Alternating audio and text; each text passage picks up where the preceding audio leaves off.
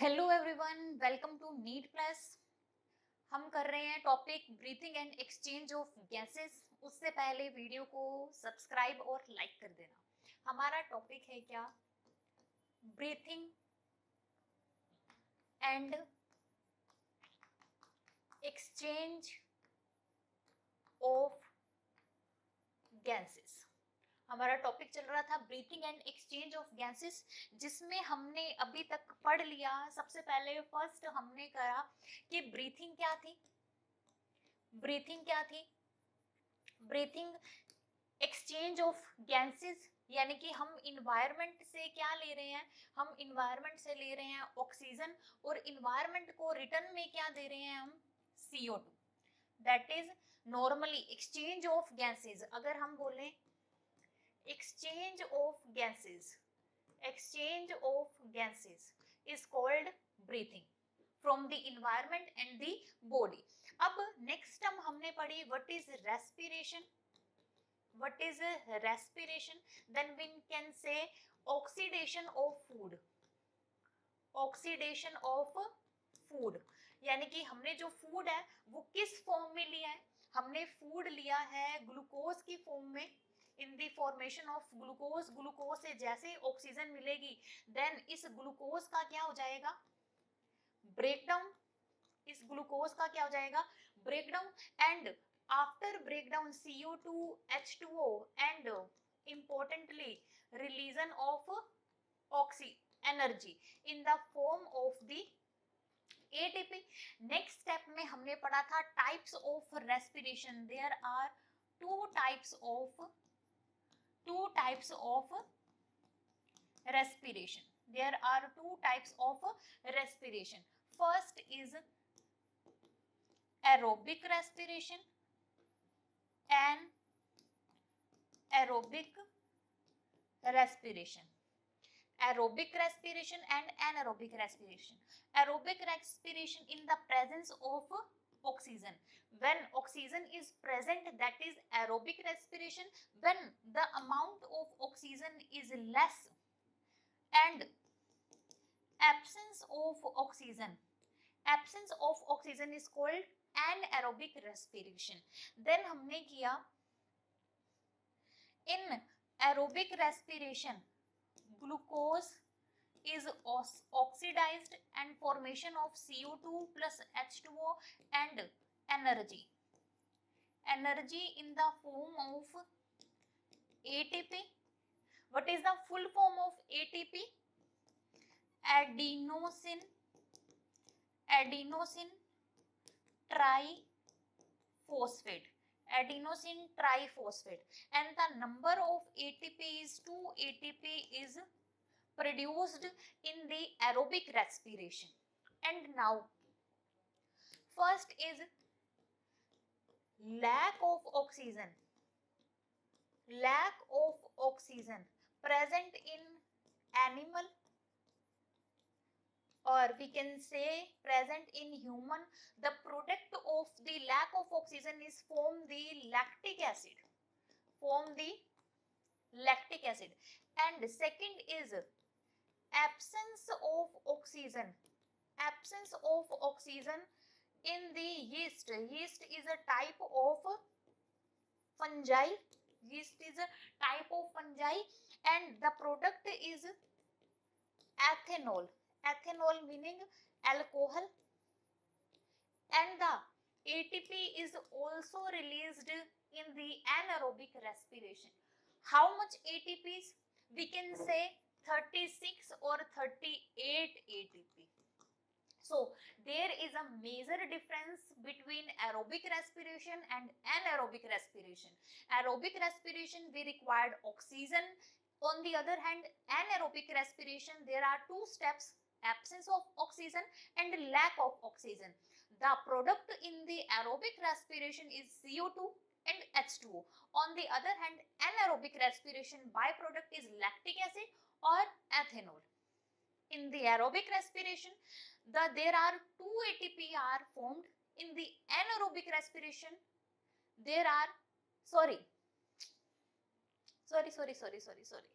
हमारे थोड़ी सी मिस्टेक होगी। यहां पर बनेंगे हमारे पास इन aerobic respiration. In aerobic respiration there are 36 or 38 ATP. 36 or 38 ATP. In anaerobic respiration there are 2 ATP is formed. Okay, in the aerobic respiration there are 36 or 38 ATP are formed. In the anaerobic respiration there are 2 ATPs are formed. There is a major difference between aerobic and anaerobic respiration. Here aerobic respiration 36 or 38 ATP are formed. In anaerobic respiration there are 2 ATP are formed. Clear? Next we start human respiratory system. Before this we discussed respiratory organ in different organism like porifera and coelenterata. There is body surface diffusion. In earthworm,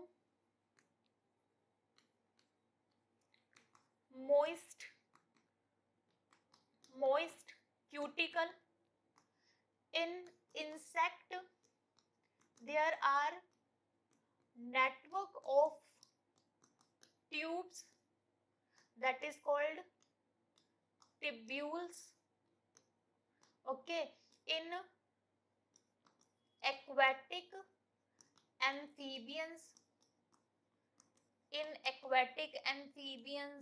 fishes, there is a respiratory organ is gills. And terrestrial meaning in human or land animal there is a specific organ for respiration is lungs. Then we start human respiratory system. Human respiratory system is a start from nose.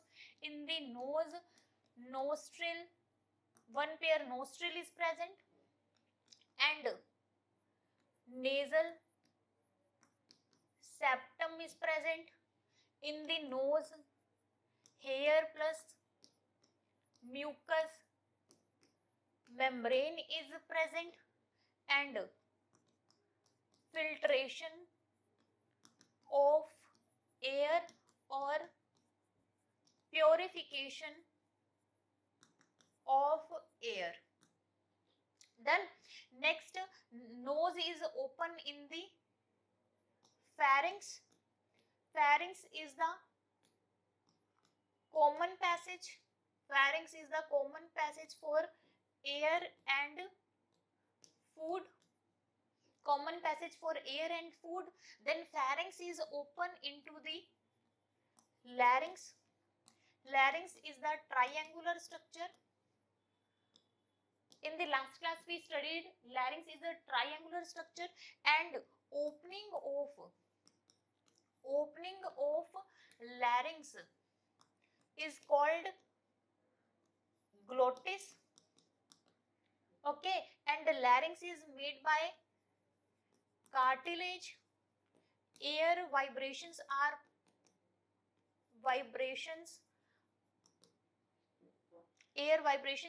produced in the larynx. So larynx is also known as sound box or voice box. And one more thing, the opening of the larynx is called glottis, and the glottis is covered by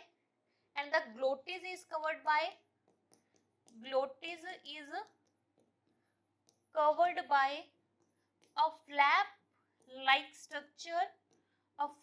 structure, which is known as epiglottis. What is the function of epiglottis? What is the function of epiglottis?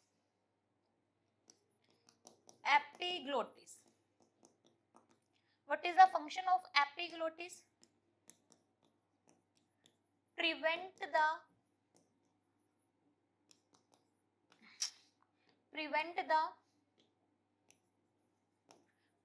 the entry of food from food pipe to wind pipe, यानी कि हमारे खाने को, हमने जो खाना खाया है उस खाने को विंड पाइप में जाने से रोकने का काम, prevent the entry of food from wind pipe, ठीक है, विंड पाइप में जाने से रोकने का काम किसका है, हमारे पास एपिग्लोटिस का। नेक्स्ट हमने पढ़ा लैरिंग्स के नेक्स्ट क्या ओपन होगा, ट्रैकिया। ट्रैकिया हमने पढ़ा, ट्रैकिया क्या आएगा, अप्रोक्सीमेट 12 सेंटीमीटर लॉन्ग पाइप है, 12 सेंटीमीटर लॉन्ग पाइप, सी शेप, हाफ कार्टिलेज प्रेजेंट होंगे, ठीक है, for prevent the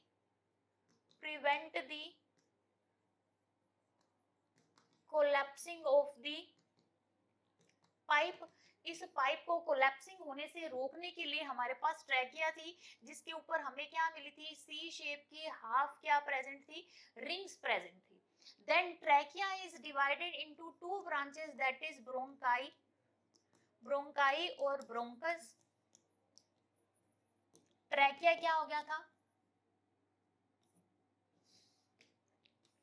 next trachea is divided into two branch, then further bronchus is divided into primary, secondary and tertiary bronchioles. Okay, then bronchioles is open into the a sac or bag like structure, sac like structure is called alveoli, alveoli is the primary site for diffusion meaning when the gases moves from high concentration to low concentration, that is called diffusion. Next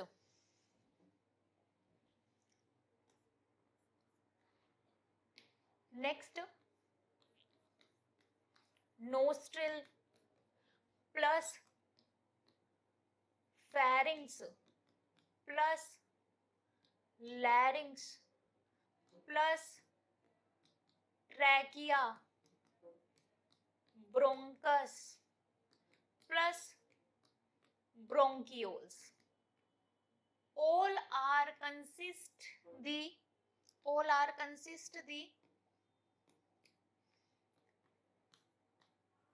conducting part, and the second last is the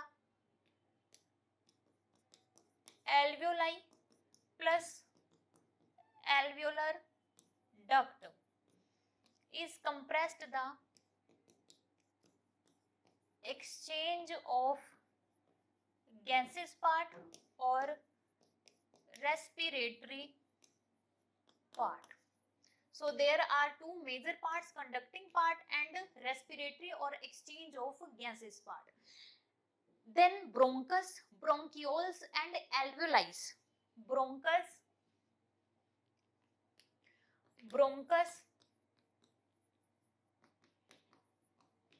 Bronchioles plus alveoli comprise the a part which is called lungs. Two lungs are present.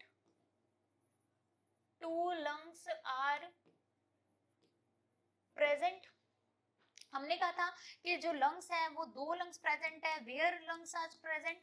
In the thoracic cavity or thoracic chamber. Okay, this is airtight chamber. There is airtight chamber in which two lungs are present, and the lungs are made by the double membrane. double membrane is present outside the lungs, which is known as pleura. In the pleura there is a pleural fluid is present, pleural fluid present, जो क्या करेगा, friction force है, जो friction force है उसको क्या करेगा, कम करने का काम करेगा। क्या करेगा, फ्रिक्शन फोर्स को कम करने का क्या करेगा, काम करेगा। नेक्स्ट हमने करा था कि जो थोरेसिक चैम्बर में मिल रहा है, इसके डोर्सल साइड में आपको क्या मिलेगा, डोर्सल साइड यानी कि बैक साइड, इस डोर्सल साइड में क्या मिलेगा, वर्टिब्रल कॉलम, ठीक है। एंड वेंट्रल साइड क्या प्रेजेंट था, वेंट्रल साइड प्रेजेंट था क्या, स्टर्नम। ओके, अगर हम बात करें लेटरल साइड, लेटरल साइड यानी कि लंग्स की साइड्स में क्या प्रेजेंट है, then we can say ribs और rib cage, rib cage are present. And the lower side, and the lower side we can say muscular diaphragm, muscular diaphragm is present. Okay, now we are starting respiration step. What is the respiration step?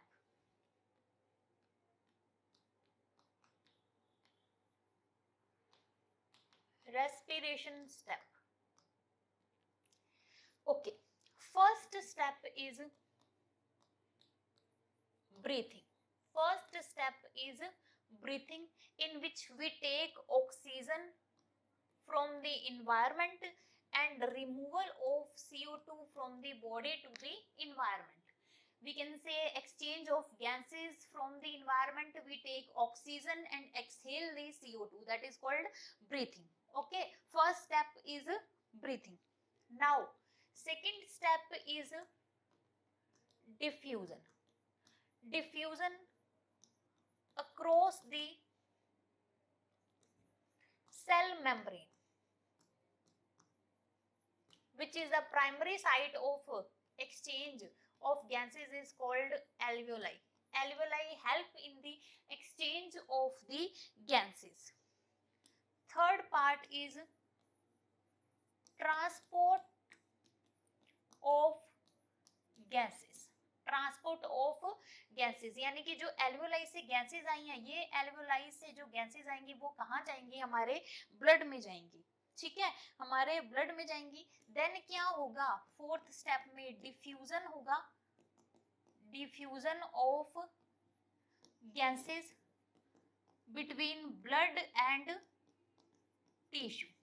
हमारे blood और tissue से diffusion हो जाएगा, किसका, gases का, diffusion of gases यानी कि O2 and CO2 between blood and tissue. Blood oxygen किसको दे देगा, टिश्यू को, और टिश्यू किसको दे देगा, CO2 ब्लड को। And the last step is utilisation of oxygen by the catabolic reaction. Utilisation का मीनिंग है जो ऑक्सीजन है उस ऑक्सीजन को यूटिलाइज किया जाएगा, यानी कि फर्दर काम में लिया जाएगा, किसके थ्रू, बॉडी ऑर्गन्स के थ्रू। तो हमारे पास यहाँ पे 5 स्टेप्स कंप्लीट हो गए। फर्स्ट स्टेप में हमने क्या करना है, फर्स्ट स्टेप में हमने क्या करना है, जो ब्रीथिंग करनी है यानी कि एक्सचेंज ऑफ गैसेस होगा। सेकेंड स्टेप में हमारे पास क्या होगा, जैसे ही हमने एयर अंदर ली तो हमारे जो लंग्स हैं उनके अंदर मिलियंस के अंदर एक बैग और सैक लाइक स्ट्रक्चर है, that is called alveoli, that is primary site for diffusion. Then अब उस एल्वेओलाई से गैसेस का क्या स्टार्ट हो जाएगा, एक्सचेंज स्टार्ट हो जाएगा। वो जो गैसेस थी वो किस में जाएंगी, ब्लड में। देन नेक्स्ट स्टेप में क्या होगा, ट्रांसपोर्ट होएगा ब्लड से ऑक्सीजन तो किस में जाएगी, बॉडी ऑर्गन्स में। देन ऑर्गन्स यानी कि टिश्यू से, उस टिश्यू से उस CO2 को वापस रिटर्न में कौन ले लेगा, एल्वेओलाइज के अंदर आ जाएंगे। लास्ट स्टेप में जो ऑक्सीजन उस टिश्यू से आगे किस में जाएगी, ऑर्गन्स में जाएगी, that is called utilisation of oxygen, and reverse में ऑर्गन क्या दे देगा, कार्बन डाइऑक्साइड रिटर्न में दे देगा। तो हमारे पास ये कंप्लीट हुए रेस्पिरेशन के स्टेप।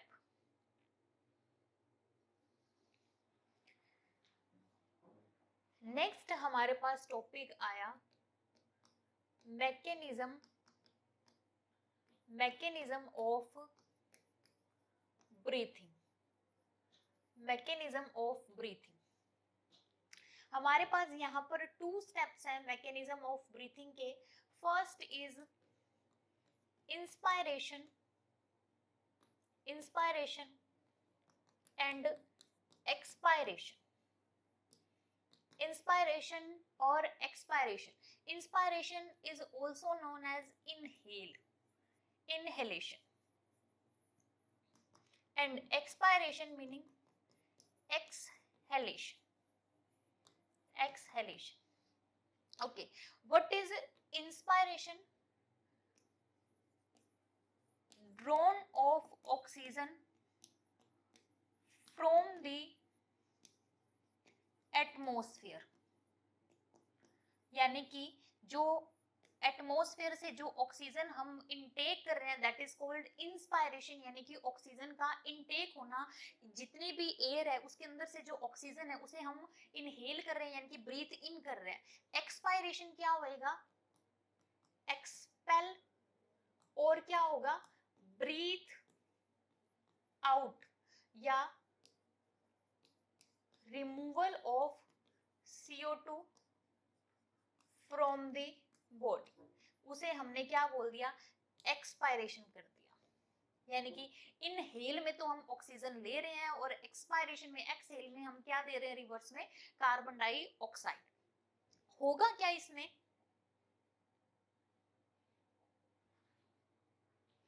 हमारे जो लंग्स के अंदर का जो प्रेशर रहेगा जिसे बोला जाएगा intra pulmonary pressure.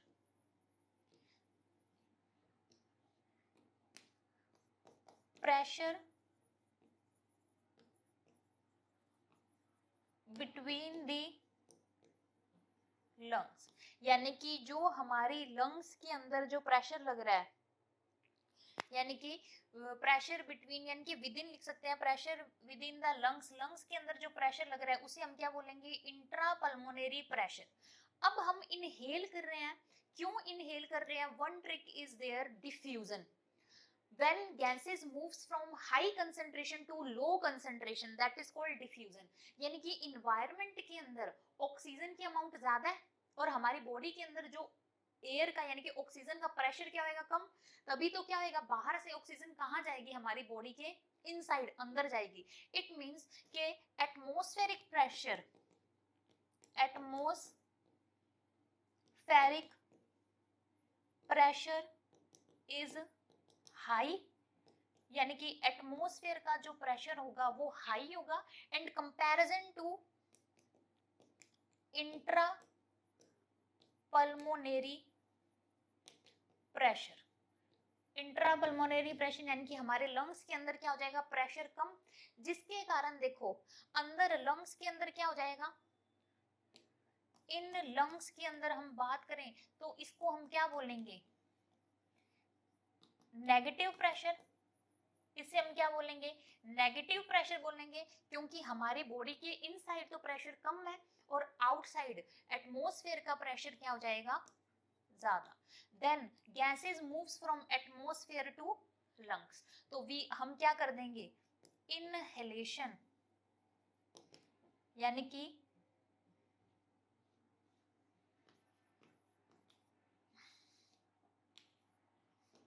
Inhalation meaning जो गैसेस होंगी वो कहाँ जाएंगी, एटमॉस्फेयर से किस में आ जाएंगी, लंग्स में आ जाएंगी। दैट्स वाई यहाँ पर क्या हो जाएगा, intake of oxygen, intake of oxygen. Same process अगर हम किसके अंदर करें, एक्सपायरेशन के अंदर करें।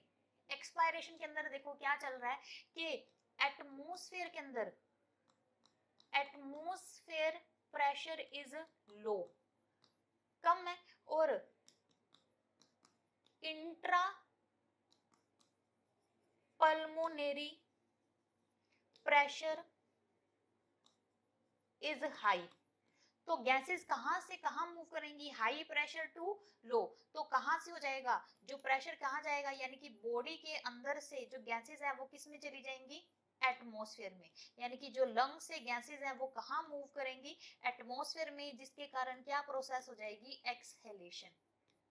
कौन सी प्रोसेस आ जाएगी, एक्सहेलेशन, यानी कि हम इनहेलेशन करेंगे because of the negative pressure of lungs, और यहाँ पर प्रेशर हाई है तो यहाँ पर कैसा हो जाएगा, पॉजिटिव प्रेशर, यहाँ पर कैसा हो जाएगा, पॉजिटिव प्रेशर, और यहाँ पर कैसा प्रेशर हो जाएगा, लंग्स के अंदर कैसा प्रेशर हो जाएगा, negative pressure.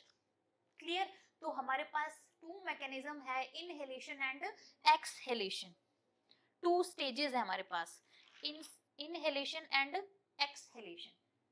And one more thing के हमारे लंग्स के नीचे क्या होएगा,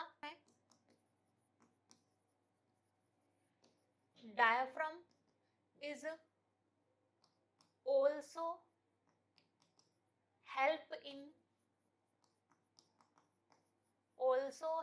इन रेस्पिरेशन। ठीक है, जो डायफ्राम है एक मस्कुलर ऑर्गन है, मसल्स का बना हुआ है, जो हमें हेल्प करेगा किसके अंदर, रेस्पिरेशन में। एंड वन मोर थिंग, हमारी रिब्स में मसल्स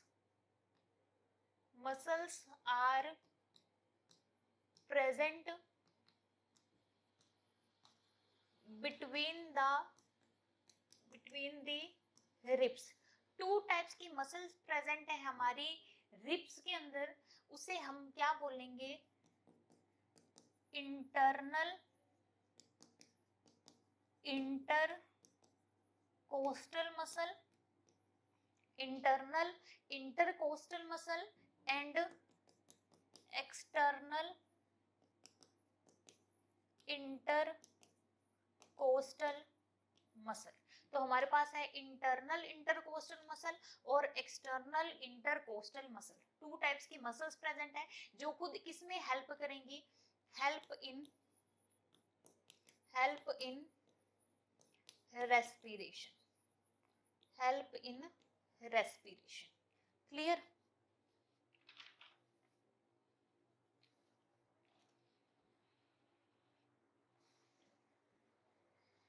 अब हमारे पास फर्स्ट स्टेप है दैट इज कॉल्ड इंस्पायरेशन। क्या क्या चेंजेस आएंगे हम वो देखेंगे कि इंस्पायरेशन में क्या क्या चेंजेस आ रहे हैं। फर्स्ट, इंस्पायरेशन यानी कि inhalation of oxygen, inhalation of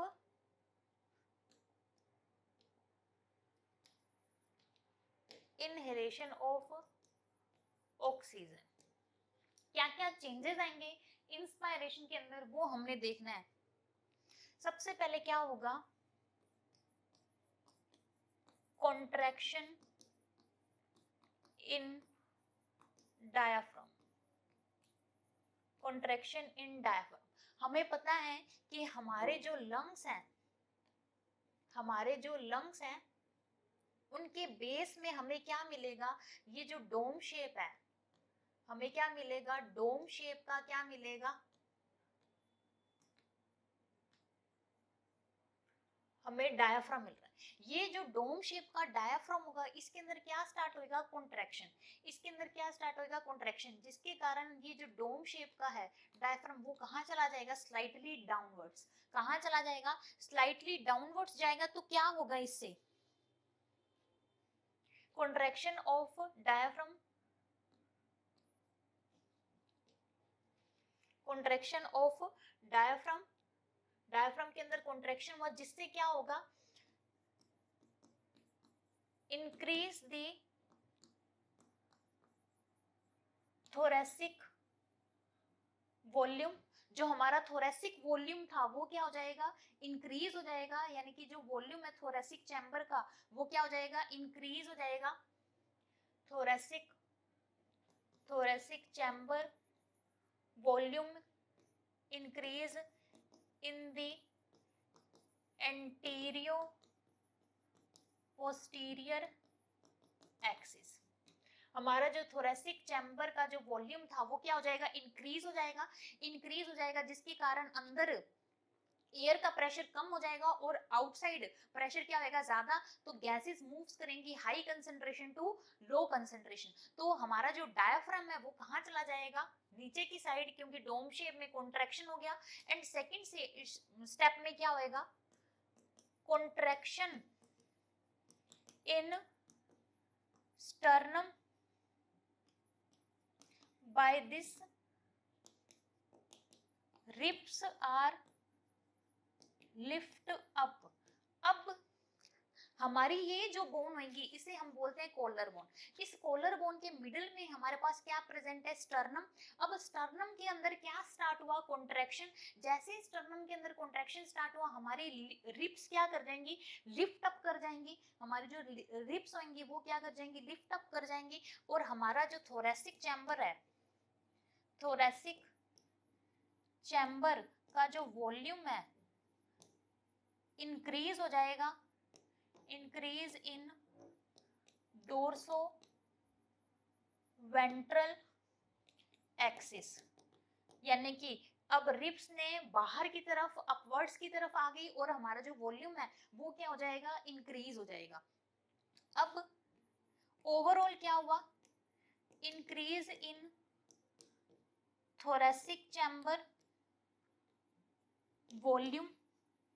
जैसे ही इंक्रीज होगा यानी कि चैम्बर क्या हो जाएंगे, बढ़ जाएंगे, जिसके कारण वहां का जो प्रेशर होगा, यानी कि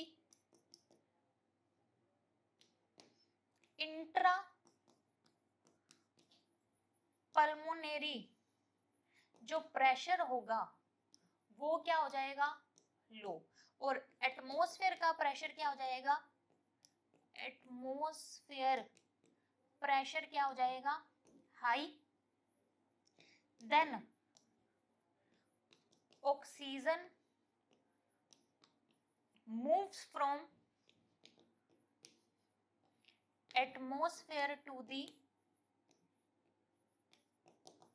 इनसाइड द बॉडी। तो जितना भी प्रेशर था वो हमारी बॉडी का कम हो गया और बाहर प्रेशर क्या है, एयर का ज्यादा। तो बाहर से ऑक्सीजन कहाँ जाएगी, हमारी बॉडी के अंदर। That is called inspiration, that is called inspiration. Clear है। अब हम करेंगे अपना next step, that is called expiration. इसका जस्ट अपोजिट कर देंगे हम, तो हमें क्या मिल जाएगा, हमारा second point, that is called expiration.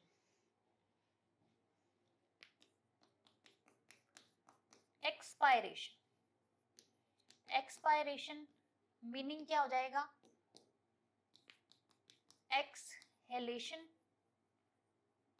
यानी कि ब्रीथ आउट। अब क्या होएगा, हमारा जो डायाफ्राम के अंदर कॉन्ट्रैक्शन था, नाउ रिलैक्सेशन इन डायाफ्राम।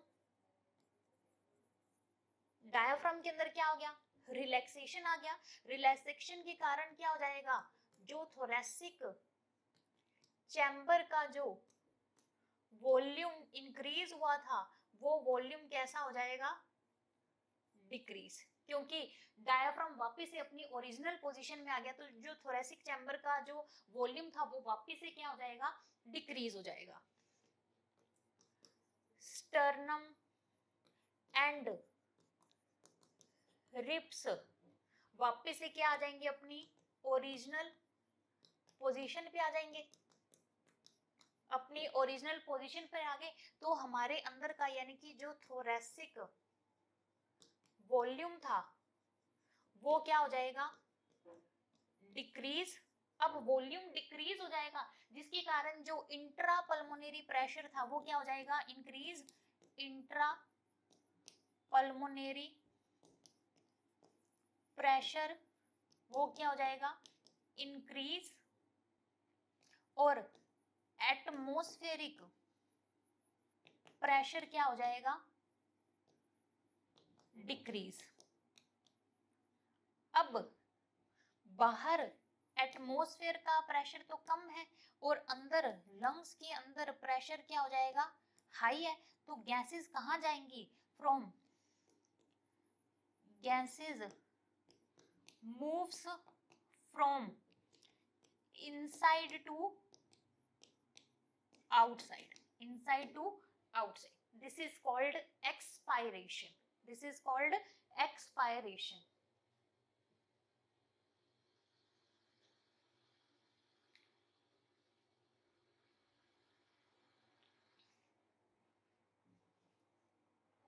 नेक्स्ट है हमारे पास ऐसी एबिलिटी है अपनी इंस्पायरेशन और एक्सपायरेशन की जो स्ट्रेंथ है उसको मेंटेन कर सकते हैं, यानी कि उसको चेंज कर सकते हैं.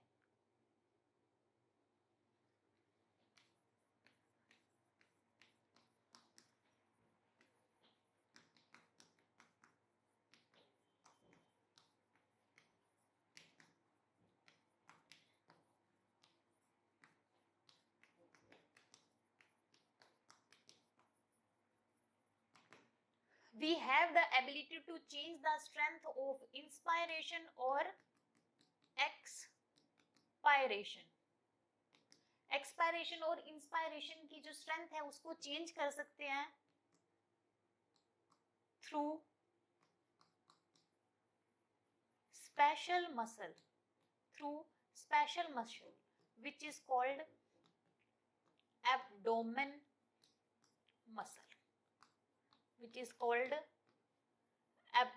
muscle, ये इंपॉर्टेंट है हमारे लिए. क्या कि हमारे पास एब्डोमेन मसल है जिसके कारण जो हमारी इंस्पायरेशन और एक्सपायरेशन की जो स्ट्रेंथ है उसे हम क्या कर सकते हैं, चेंज कर सकते हैं. That is called abdomen muscle.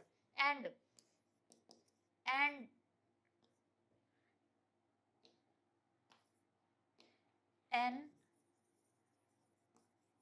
healthy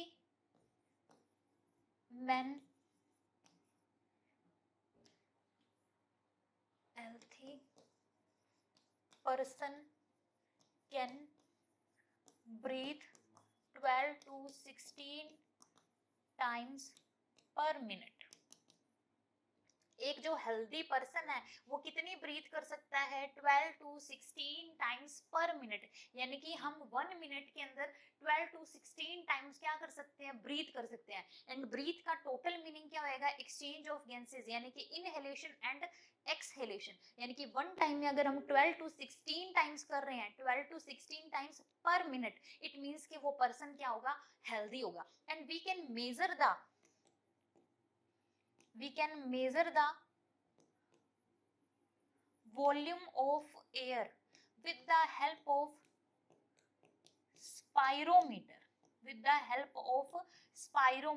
spirometer की मदद से हम क्या कर सकते हैं, जो वॉल्यूम है एयर का वो हम क्या कर सकते हैं, मेजरमेंट कर सकते हैं.